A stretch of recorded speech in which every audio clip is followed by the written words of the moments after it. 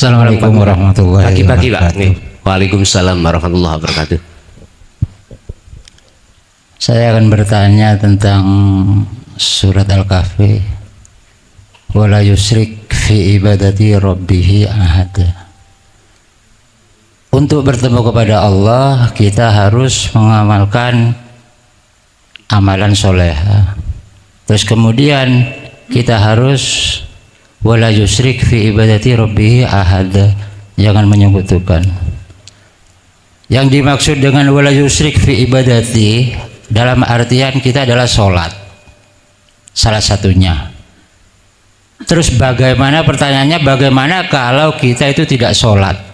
Bisakah kita itu bertemu dengan Allah?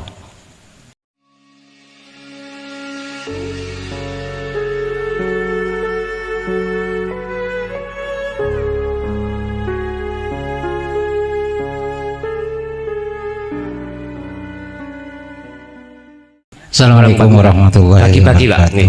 Waalaikumsalam warahmatullahi wabarakatuh.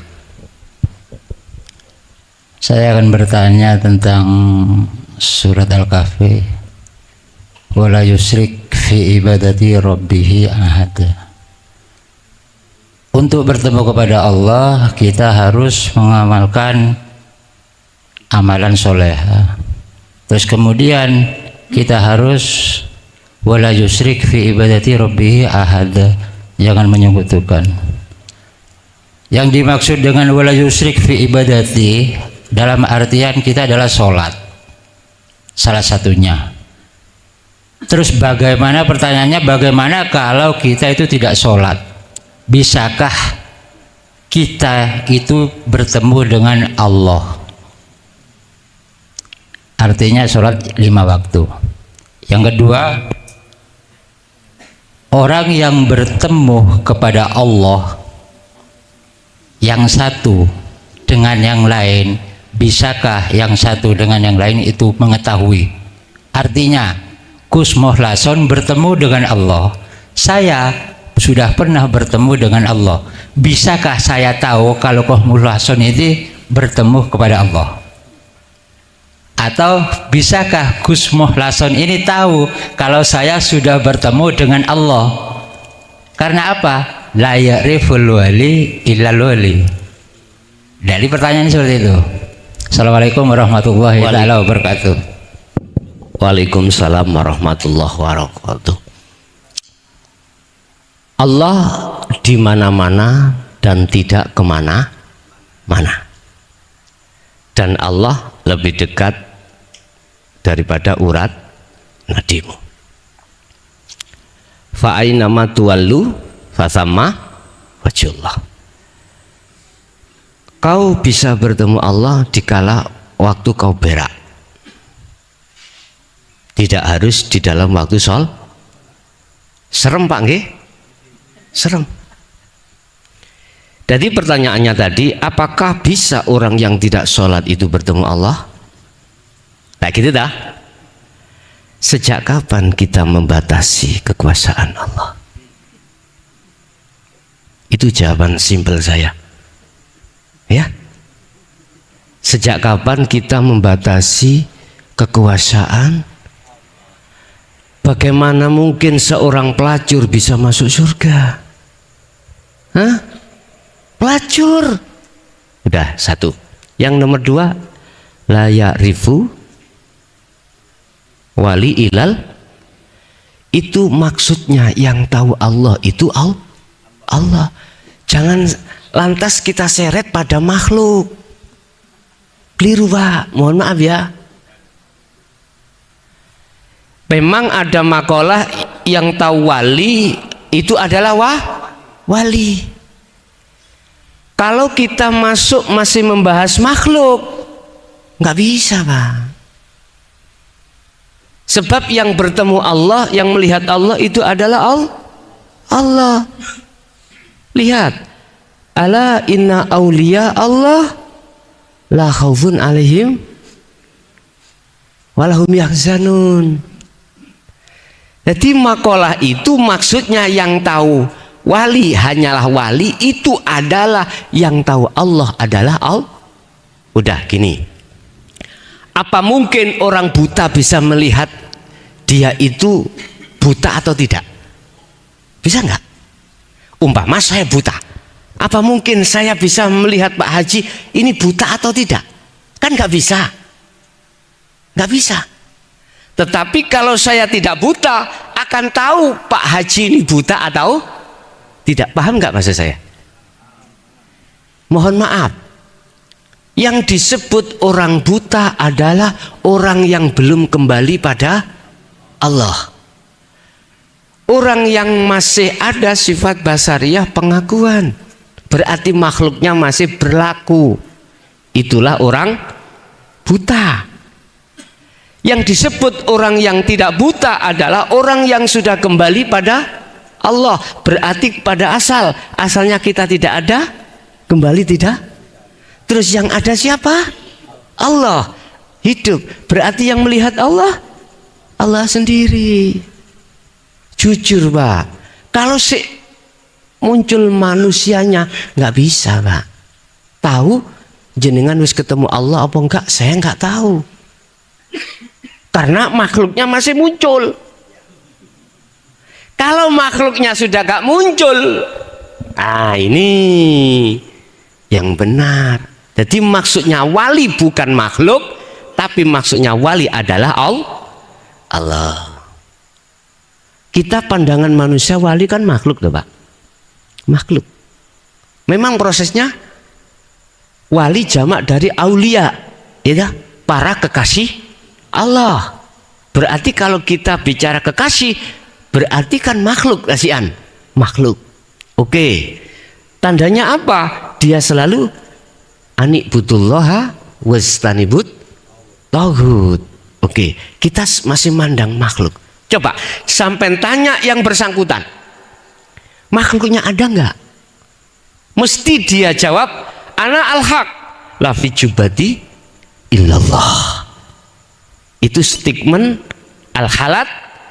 Dengan sebab statement itulah dia hukum pancung Pak pada saat itu. Karena ditengarai oleh golongan ahli kitab, ahli hijab, menuduh al-halat ngaku-ngaku sebagai itu Tuhan, sebagai Allah. Padahal pribadi al-halat dia sendiri sudah tidak ada. Jadi pasti Pak, kalau Allah tahu, kalau bicara Allah loh ya, kalau bicara makhluk tidak ada yang tahu. Tidak ada yang tahu. Sudah kembali pada Allah apa enggak? Kita jangan terseret dari doktrin di dalam thariqah Pak. Mohon maaf loh ya. Mohon maaf. Karena itu di jalur mukasyafah. Jalur mukasyafah, jalur di mana penuh dengan karomah. Mohon maaf, saya korban puluhan tahun. Sungguh korban puluhan tahun. Jadi kami akan takabur dengan sebuah ilmu, takabur sebuah jabatan, takabur dengan sebuah kehormatan Pak. Mohon maaf. Jadi untuk panjenengan mawon jangan ada korban berikutnya. Itu aja. Cuman saya bersifatkan tidak gandoli ya ndak. Cuman saya hanya mengatakan kalau bisa jangan. Jadi kalau menurut kami Pak, pandangan hakikat la ya'riful wali ilal wali, substansinya itu pada Allah. Jadi bukan pada makhluk begitu. Kalau kita melihat mukasyafah, jalur mukasyafah beda Pak. Memang di jalur kasyaf niku bahkan akan tahu apa yang akan terjadi begitu. Saged diterima Pak? Nggih. Assalamualaikum warahmatullahi taala wabarakatuh. Waalaikumsalam warahmatullahi wabarakatuh. Yang katanya Pak Yai tadi ayat 5 Ankabut, mangkana yarju liqa Allah fa inna ajalallahi latin wa wasamiul alim. Siapa yang ingin bertemu dengan Allah, Allah yang akan Allah berjanji untuk menemuinya. Wasamiul alim, Allah Ta'ala yang maha mengetahui. Bagaimana caranya untuk bertemu, Pak Yai mohon diterangkan. Dengan yang kedua, tadi Pak Yai berkata Qul in kuntum tuhibbunallah fattabi'uni yuhibbukumullah. Sedangkan fattabi'uni itu adalah harus mengikuti tingkah laku Kanjeng Nabi. Kayaknya seperti Isra dan Mi'raj. Harus juga diikuti. Fattabi'uni. Yang ketiga, pertanyaannya terakhir, innani anallahu la ilaha illa ana fa'budni aqimis sholata li dzikri. Salat itu kan agar diterima dengan Allah harus li dzikri, harus diingat kepada Allah. Bagaimana caranya untuk ingat kepada Allah kalau tidak mengetahui sebelumnya? Wabillahi taufiq wal hidayah. Wassalamualaikum warahmatullahi taala wabarakatuh. Waalaikumsalam warahmatullahi wabarakatuh. Matur suwun. 3 pertanyaan. Bagaimana caranya kita bisanya bertemu pada Allah? Kita mengacu pada surah Al-Kahfi ayat 110, ayat yang terakhir. Wa man kana yarju liqa'a rabbi. Barang siapa yang ingin bertemu Tuhannya, pertama falyamal amalan sholihan. Yang kumaksud amalan sholihan itu konteksnya adalah ruhaniyah. Kalau kacamata syariat jasmani. Harus melakukan apa yang diperintah dan meninggalkan apa yang dilarang. Tapi kalau konteksnya ayat itu ruhaniyah, amalan solihan itu ruhaniyah, harus selalu berzikir pada Allah. Rasulullah diajarkan Allah bagaimana cara berzikir sehingga beliau selalu ruhaniyahnya, hatinya berzikir pada Allah. Dituangkan hal itu di dalam surah Al-Insan 25-26. Muhammad wadhkur isma rabbika bukrata wa asila. Pagi sampai sore ingatlah terhadapku, ingatlah padaku. Berhubung saya memakai kacamata hakikat, maksud ingat itu adalah sadar diri. Ruhaniyah ini lewat iman, rasa bahwasanya semua yang berkehendak, semua yang berperan, semua yang segala-galanya hanyalah Allah. Itu harus meresap di dalam hati kita. Itulah namanya falyamal amalan sholihan. Falyamal, maka lakukanlah amalan satu amaliyah sholihan kang bagus, yang baik. Siapapun ruhaniyah kalau sudah duduk di wilayah ini, mohon maaf, mesti akan jauh sifat-sifat yang dilarang Allah. Hasud, riya, takabur, sum'ah, dan lain sebagainya. Akan terhindar dari itu semuanya. Ini Pak, hati ada tetangga yang mendapatkan rezeki, sekalipun tetangga itu telah menyakiti kita, kita tidak akan hasud hati kita. Karena sibuk melihat semuanya Allah. Nggak akan sakit hati ini. Karena kita sibuk melihat semuanya. Yang melayani baik diri kita maupun tetangga kita adalah Allah. Nggak akan hasud. Tapi coba, kalau ruhaniyah belum duduk di wilayah itu, tetangga kita yang asalnya itu entah gara-gara apa ya Pak ya, akhirnya kita tengkar. Setelah bertengkar, mesti nggak enakan. Ketika tetangga kita dapat musibah, banggalah kita. Mesti kualat saya, gitu ya kadang-kadang ya. Tapi ketika saat tetangga kita mendapatkan rezeki dari Allah, sakitlah kita. Itu Pak, ini manusiawi ya Pak ini. Dorongan nafsu itu pasti seperti itu. Ditanamkanlah sifat hasud, iri, dengki terhadap kita. Karena rohaniah kita itu tidak duduk di wilayah ma'rifatullah. Udah, satu. Yang nomor dua, bila mana kau ingin bertemu Allah, iki Quran, wala yusyrik, jangan pernah kau menyekutukan Allah dengan apapun yang maha ahad ketika saat kau beribadah. Berarti beribadah tadi apa? Falyamal amalan soleh. Solihan itu lho Pak, lepasan keakuan kita yang tadinya merasa bisa. Contoh, ini contoh. Saya Pak, nggak usah orang lain lah, saya sendiri. Saya lebih suka mencontohkan diri saya sendiri. Tanda kalau saya dikuasai sifat basariyah, pasti ilmu yang kudapatkan ini saya akui, sehingga kefahaman itu mesti kuakui. Sampai tingkatan apa yang kuucapkan itu kuakui sumbernya dari saya. Kalau seperti ini Pak terus, mesti ujung-ujungnya materi atau non materi. Buka di dalam kitab hikam. Buka di dalam kitab hikam. Bagi orang-orang manakala belum lepas rantainya nafsu dalam diri kita lewat sifat basariah itu, jangan harap kau bisa sampai pada Allah. Kalau seperti itu pasti semuanya kau akui.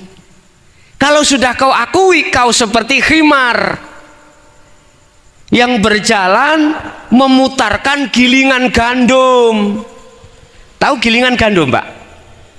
Gandum digiling, ini dikasih kayu ini disambungkan ke lehernya khimar untuk memutar mesin ini. Dari sini nanti ke sini lagi, sini lagi tidak? Sama Pak. Kita melakukan, ini kacamata hakikat loh ya, bukan syariat. Kalau kacamata syariat memang nggak apa-apa karena proses kita.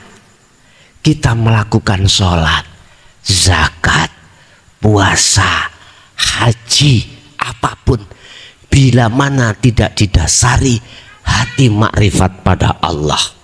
Secara kacamata hakikat zong. Tahu zong?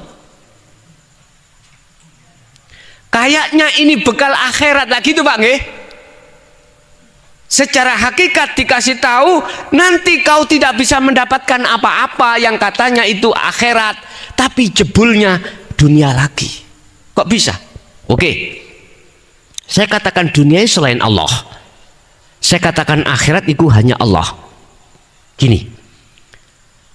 Aku waktu sholat, zakat, puasa, haji itu masihkah ada karena ingin dilihat orang? Oh sudah tidak ada, oke. Apakah di situ masihkah kita karena pahala atau kewajiban atau surga? Udah. Ini pasti terjadi bagi ruhaniyah saya yang belum mengenal Allah di dalam wilayah makrifat Allah. Pasti seperti ini. Padahal Rasulullah sudah menegaskan apapun aktivitas yang terjadi pada dirimu, ukurannya sah dan tidaknya satu perbuatan adalah kembali kepada niat. Innama a'malu bin niat. Dikatakan semua pasti ditutup lillahi ta'ala, karena Allah. Tapi di situ akuku masih muncul karena pahala, karena surga. Ini non materi. Lah materi, lah ini ada kaitannya dengan finansial atau apapun. Jadi ukurannya saya ngaji harus ditarif segini. Ini finansial. Karena apa? Dalam diriku, lah aku dari sana ke sini, aku ya pakai mobil, aku pakai bensin, aku pakai tenaga, ilmu juga, semuanya aku akui. Itulah nanti akan jatuhnya karena finansial atau materi. Oke lah Pak, terlepas materi. Oke, gak karena materi, non materi. Apa? Biar nanti aku banyak yang mujarek. Iki non materi. Ini pun salah miturut kacamata hakikat. Bapak Ibu, apa sebab? Kuncinya cuma satu. Karena saya belum di wilayah makrifat Allah. Oleh sebab itu, sayukjanya ikuti Rasulullah. Ikuti Rasulullah. Ketika apapun aktivitas yang terjadi pada beliau, ruhania beliau di wilayah makrifat Allah. Makanya berani mengatakan, "Shallu kama ra'aitumuni usolli." Seperti ini. Wis, nggak ada materi, nggak ada non materi dan lain sebagainya. Makanya ketika saat jamaah itu ada yang mengadu pada saya, Pak, Gus, hutangku banyak, masalahku banyak. Terus solusinya bagaimana? Nah, sebetulnya itu jawaban sing cospleng itu namun gini, Pak. Udah, fokuskan zikir sirul asrar dan fana'u dzikri.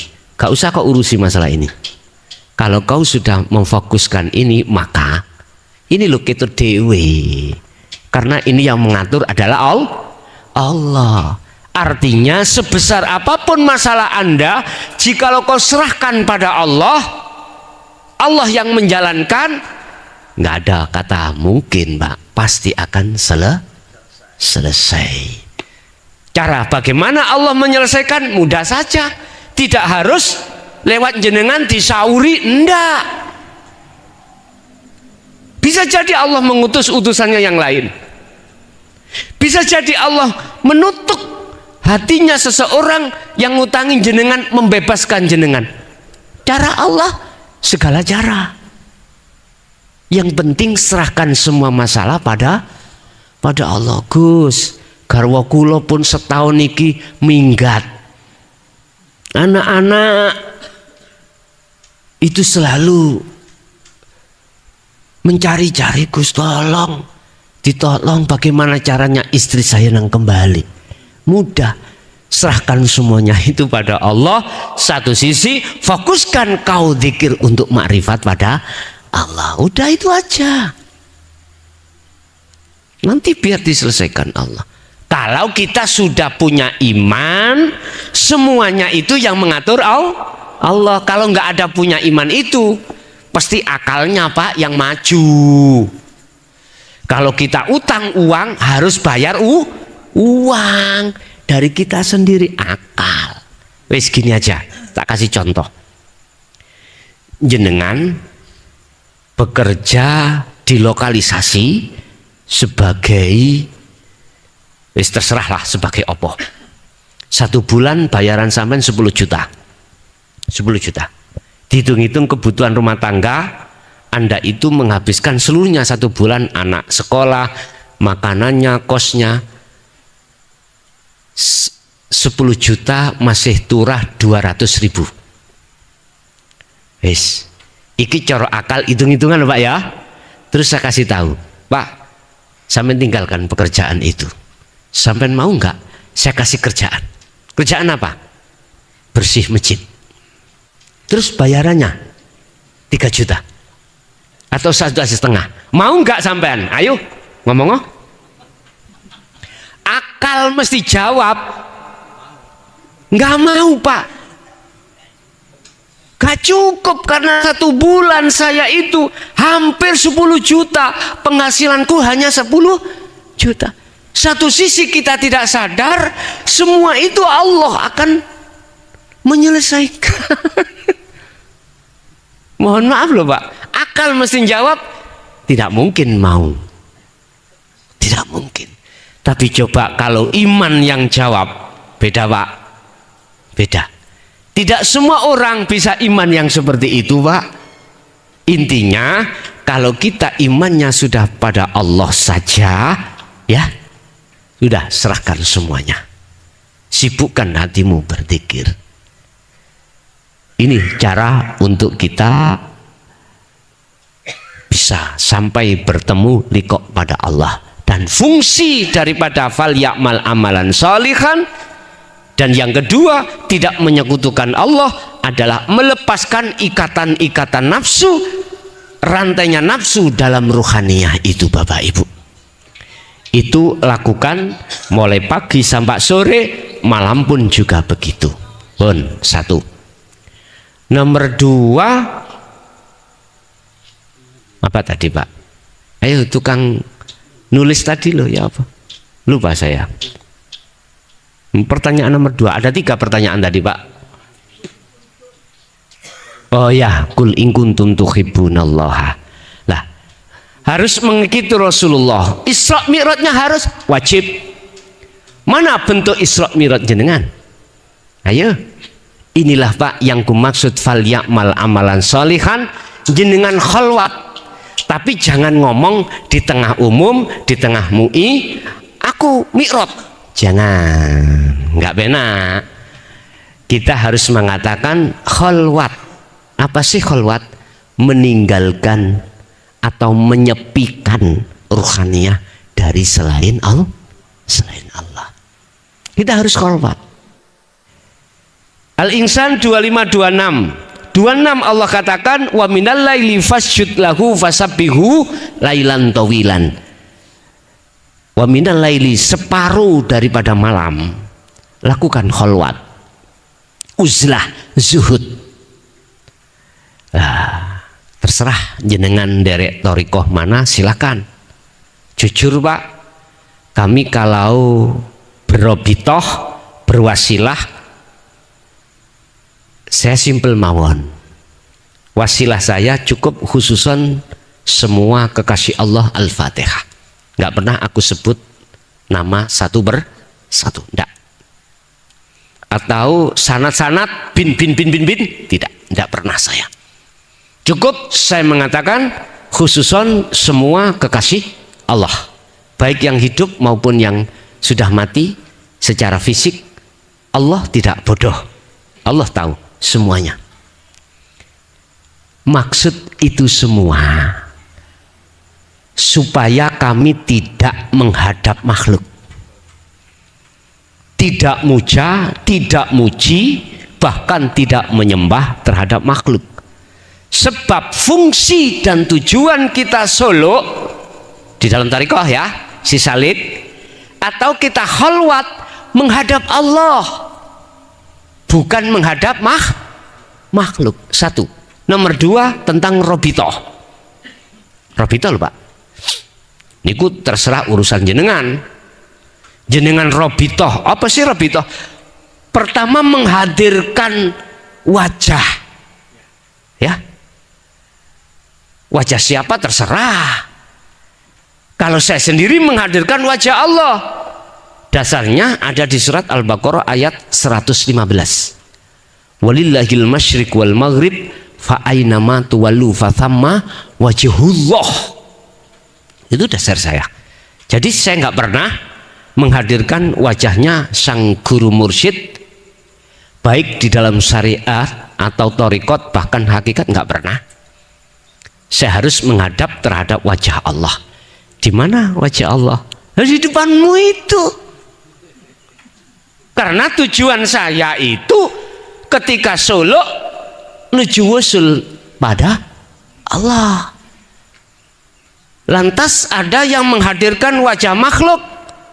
Oh, itu terserah.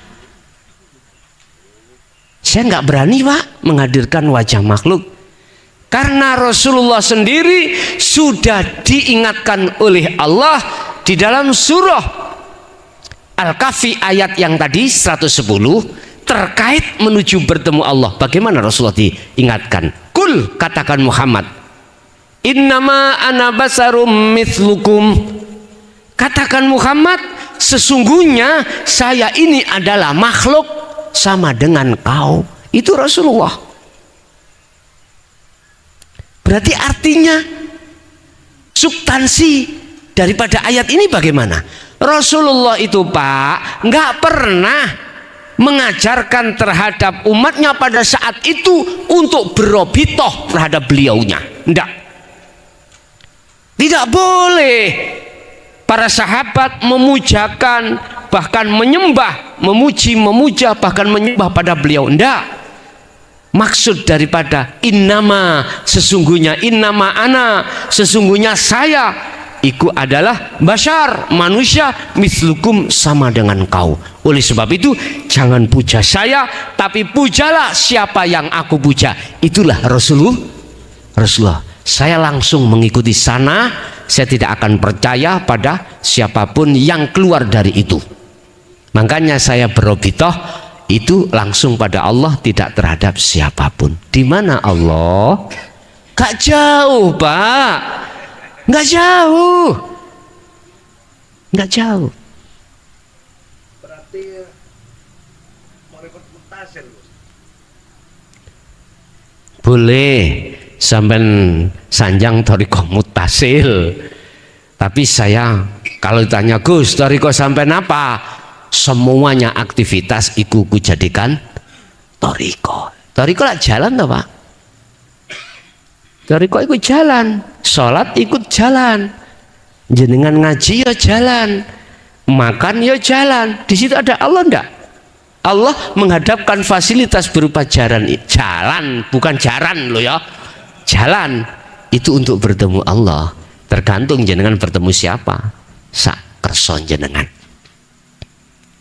Saya pernah jadi korban Pak mulai tahun 76. Mohon maaf loh ya. Yang mengajari saya berobito yo abah saya sendiri dulu itu. Bayuh medite setengah mati. Itu hubungan orang tua dengan anak. Pada saat itu saya katakan meleki itu apa? Karena saya belum tahu jawabannya. Ketika sudah tahu jawabannya, apa beliau mengatakan? Mukhlas, kau biar tahu riyadhah soro bagaimana birriyadhati wal adhkar. Biar sregep riyadhah, biar sregep zikir. Oh gitu tah. Aku timbul pertanyaan. Lah kalau belum sampai ketemu Allah terus mati bagaimana? Siapa yang tanggung jawab? Enak sederhana ya. Lihat surat Al-Ankabut ayat 5. Ya Allah sendiri. Wa qala aidan wa arina manasikana wa tub alaina innaka antat tawwabur rahim. Begitu dulu itu. Karena memang belum tahun 2014. Kalau 2014 sudah Pak, semua masayah enggak menutupi Pak, dibuka floor. Kitab telesnya itu sudah dibuka. Kitab telesnya sudah dibuka semuanya. Al-Qur'anul Qadim dibuka udah. Tapi nggih rasik dikek ngene. Wis. Jadi kita harus melakukan mi'raj. Mi'raj itu apa? Munggah. Perjalanan ruhaniyah menuju dan bertemu Allah. Kalau Rasulullah mi'raj dari Masjidil Aqsa ke Sidratul Muntaha. Inilah dijadikan khilaf terhadap ulama. Ada yang mengatakan biruhin fakot, hanya ruhnya saja. Ada yang mengatakan ma'a jasadihi, beserta jasadnya. Mungkin jenengan waktu kholwat ada yang mengalami mumbul, berarti sak jasade, sak jasade. Udah, gak usah dikhilafkan, karena semuanya yang memperjalankan adalah Allah. Pernah Pak saya itu ditanya, Gus yang benar makalah yang mana? Jasadnya saja apakah ruhnya saja apa sekalian jasadnya? Saya jawab semua benar. Nggak terima. Kalau nggak bisa jawab, gak jawab Gus. Jadi enggak, saya jawab semuanya benar. Walaupun khilaf semuanya benar. Dari sisi mana saya katakan benar? Dari sisi Allah. Yang memperjalankan berhujjah jasadnya saja siapa? Ruhnya saja siapa? sekalian sajadahnya siapa? Saya sibuk melihat Allahnya. Sama dengan gini loh Pak, benar mana sholat subuh pakai kunut ambek enggak? Saya menjawab keduanya benar, karena saya sibuk melihat Allah. Yang memperjalankan pakai kunut ya siapa? Yang memperjalankan gak pakai kunut ya siapa? Gitu aja kok repot. Sama kemarin hari raya itu loh Pak, yang ikut hisab Jum'ah, yang ikut ru'yat itu adalah Gus, mana yang benar? Keduanya benar. Saya bilang gitu. Kok bisa? Iya. Siapa yang memperjalankan hari raya Jum'ah? Kalau imanmu berjalan Allah, pasti nggak pernah menyalahkan. Hisab itu gini tuh Pak. Ada istima.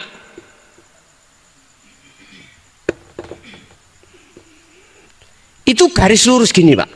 Itu namanya istima. Jatuhnya di tanggal 29 Ramadan. Katakan ini matahari, ini bulan, ini bumi. Disebut istima. Itu semua baik matahari, bulan, bumi satu poros.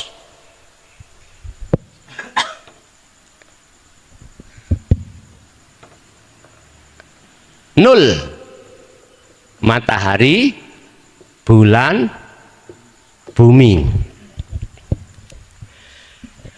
Ketika sudah lepas istima, matahari kan surup Pak ya, maghrib nih loh.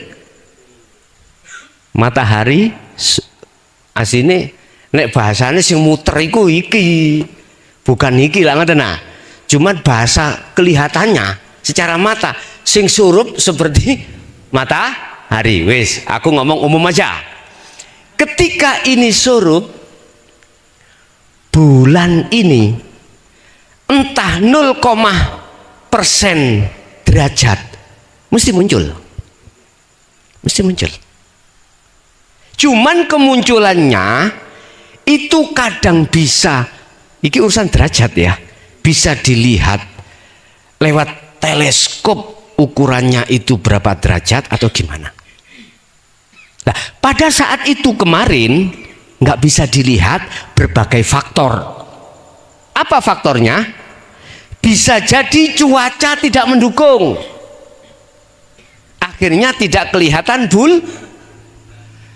ketika matahari minslep, tahu minslep ya, surup, otomatis di garis istima ini muncul yang namanya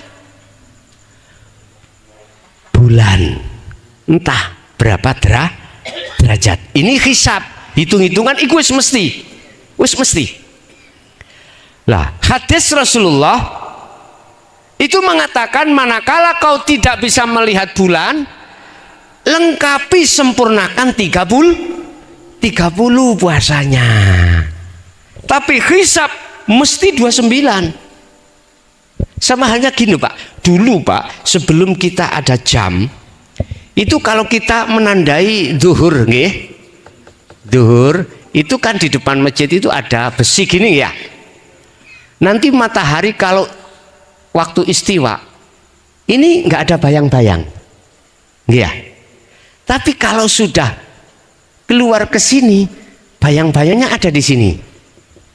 Ini berarti walaupun belum 6 atau 5 derajat, itu orang dulu mengatakan sudah manjing. Manjing itu berarti boleh sholat nggak? Boleh. Berarti awal sholat, waktu sholat duhur sudah masuk. Itu gaya dulu ketika kita mencari waktu yang tepat seperti pakai hisab. Berarti mereka yang pakai hisab gak salah, karena hisab gak pernah salah, hitung-hitungan. Ada kitabnya ilmu falah, gitu. Dan di situ juga nggak ngawur. Lah, yang pakai ru'yat itu pemerintah punya alatnya, hujahnya hadisnya juga jelas. Jadi kemarin itu saya ditanya mana yang benar, dua-duanya benar. Udah, kalau dua-duanya benar berarti nggak ada yang disalahkan. Kita akan bisa tidak menyalahkan manakala kita duduknya di makrifat Allah baru bisa. Kalau nggak gitu Pak, yang pakai hisab metenteng nih menghina yang pakai ru'yat. Begitu juga yang ru'yat. Kan Indonesia Raya itu kan harus ketuhanan yang Maha Esa pertama, dikedepankan keesaan biar nggak bertengkar. Begitu. Oke, jadi kita harus juga melakukan mi'raj Pak. Apa mi'raj kita? Kholwat. Dasar kita di surah Al-Insan 25-26. Lalu yang nomor 3 pertanyaan adalah surat Toha ayat 14. Innani anallah la ilaha illa ana. Terus maksud Bapak pertanyaan tadi? Iya, maksud bagaimana untuk lidzikri, fa'budni wa aqimi sholah lidzikri. Jagalah sholat itu semata-mata untuk mengingat aku, kata Allah. Lah, bagaimana caranya kita sholat itu bimakna lidzikri. Nah, zikir secara syariat beda Pak, pengertiannya secara hakikat. Kalau zikir secara syariat la ilaha illallah diucapkan di lisan, yang disebut sebagai zikir secara jahri, ya. Oke. Naik satu tingkat di thariqah. Zikir di dalam thariqah muncul la ilaha illallah, di situ akan diajarkan muncul zikir sirri atau ismudat, diucapkan dalam hati. Oke. Naik ke hakikat la ilaha illa anta, di situ akan melahirkan namanya zikir sirul asrar. Lah niki yang akan masuk pada target surat Toha ayat 14, ya, ayat 14. Lidzikri, ingat, yang dimaksud ingat itu bukan diucap. Secara istilah zikir adalah hati kita harus sadar, menyadari, merasakan, meyakini bahwasanya ketika Anda sholat itu loh, lepasan keakuan kita di dalam sifat basariyah. Harus ingat yang memperjalankan jasmani atau ruhani itu hanyalah Allah. Hidup itu maksudnya lidzikri. Kuwi kudu eling yen kabeh apa salat di dalam iki karena Allah. La haula wala quwata illa billah. Tidak ada keadaan apapun, tidak ada kekuatan apapun, datangnya cuman dari Allah. Disuruh ingat seperti itu. Mboten zikir Allah dalam hati, ndak Pak. Secara istilah di sudut pandang hakikat. Kalau sudah ingatnya secara hakikat, maka bisa dipastikan akan bisa bertemu Allah dalam kemakrifatan di dalam sholat itu. Ini yang kumaksud makna secara Al-Quranul Qadim di dalam Al-Quranul Karim surat Toha ayat 14. Makanya lidzikri secara syariat ya la ilaha illallah. Secara thariqah zikir kita harus mengucap Allah dalam hati. Secara hakikat tidak sudah. Assalamualaikum warahmatullahi wabarakatuh. Waalaikumsalam warahmatullahi wabarakatuh. Nggih, sing kula tanglet niku ya napa carane kita niku antara kebutuhan jasad dan cara kita tetap menuju ke Allah itu bisa seimbang. Ngoten mawon. Assalamualaikum warahmatullahi wabarakatuh. Waalaikumsalam warahmatullahi wabarakatuh. Bagaimana ketika saat yang dibutuhkan jasmani dengan rohani itu ada keseimbangan, tidak bertolak belakang? Tentunya kita harus mengikuti jalur wasilun bukan majdubun. Saged kula gosok nggih.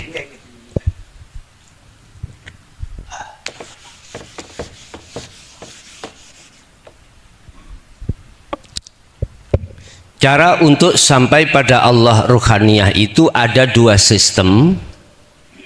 Ada sistem wasilun, ada sistem majdubun.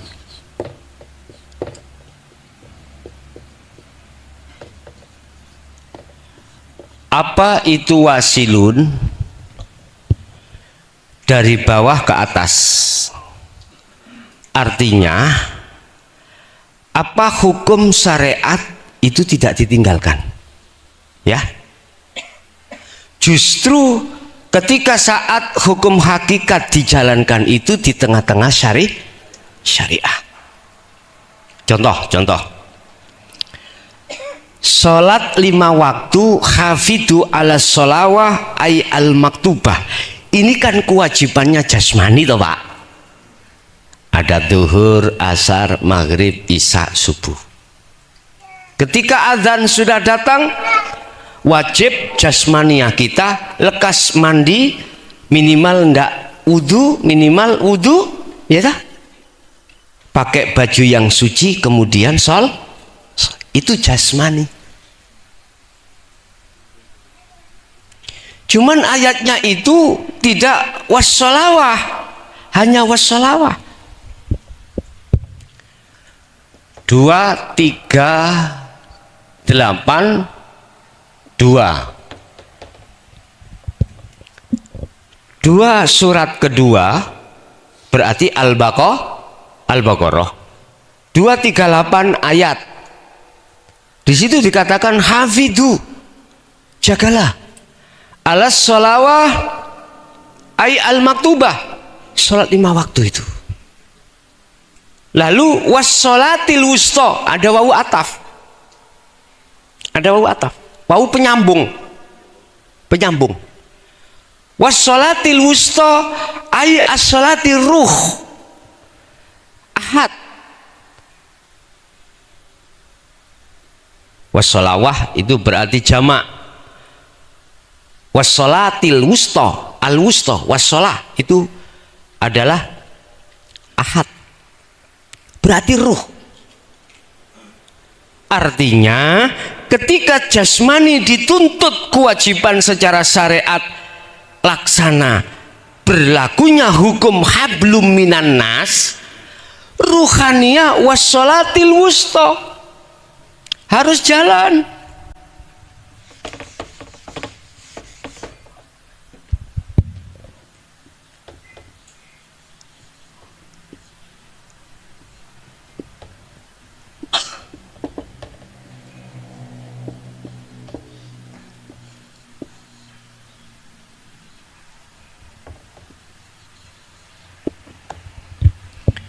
Wassolatil wusta harus jalan, ruh harus ikut sholat. Sholatir ruh itu diterangkan di dalam hukum hakikat nuju ma'rifat, tidak diterangkan di dalam syariat. Nah, ketika ruh itu derek sholat, mengikuti sholat secara syariat, ruh pasti akan bisa menghadapkan wajahnya pada Allah, alias khusyuk. Baru ini ada keseimbangan syariat dengan hakikat. Inilah yang dimaksud wasilun.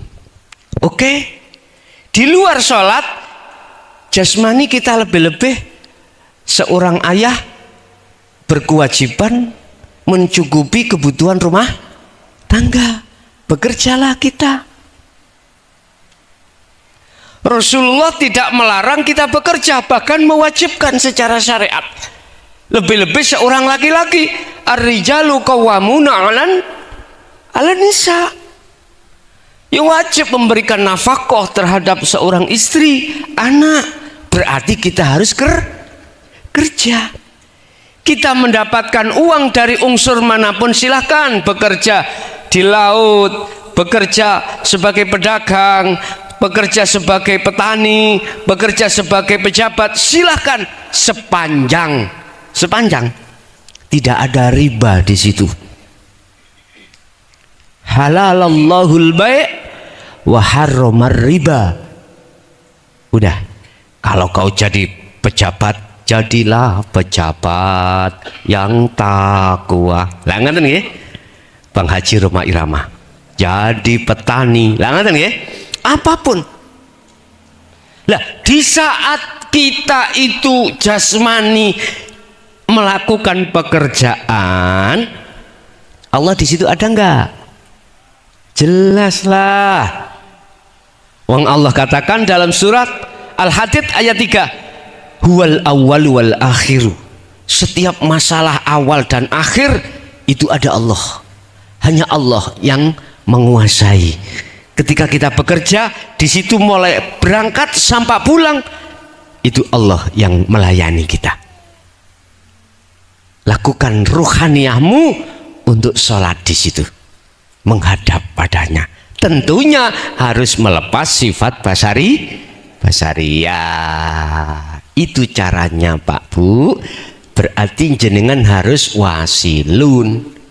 Terus kalau majedubun ini dari atas ke bawah, maksret ngono. Biasanya secara hukum syariat itu nggak dipakai. Jasmani hablum minan nas nggak begitu dipakai. Dia tinggalkan yang namanya sosialisasi terhadap masyarakat. Biasanya kita itu ikut kumpulan RT, RW, yasinan, tibaan. Nggak mau.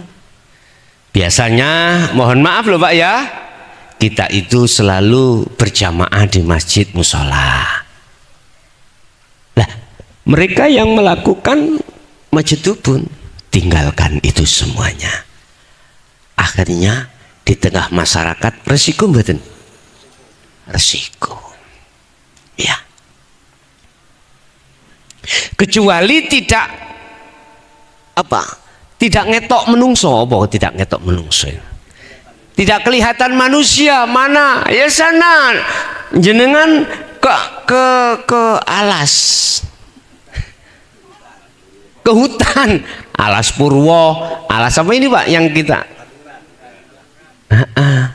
udah di situ gembul monyet, gembul ular, gembul apa gitu. Lah, kita tinggalkan semuanya urusan-urusan masyarakat itu majedubun. Lah, pertanyaannya, salahkah mereka yang lewat majedubun? Nah, ini pertanyaan. Jujur saya katakan, saya tidak berani menyalahkan, nggak berani. Karena apa? Pedoman saya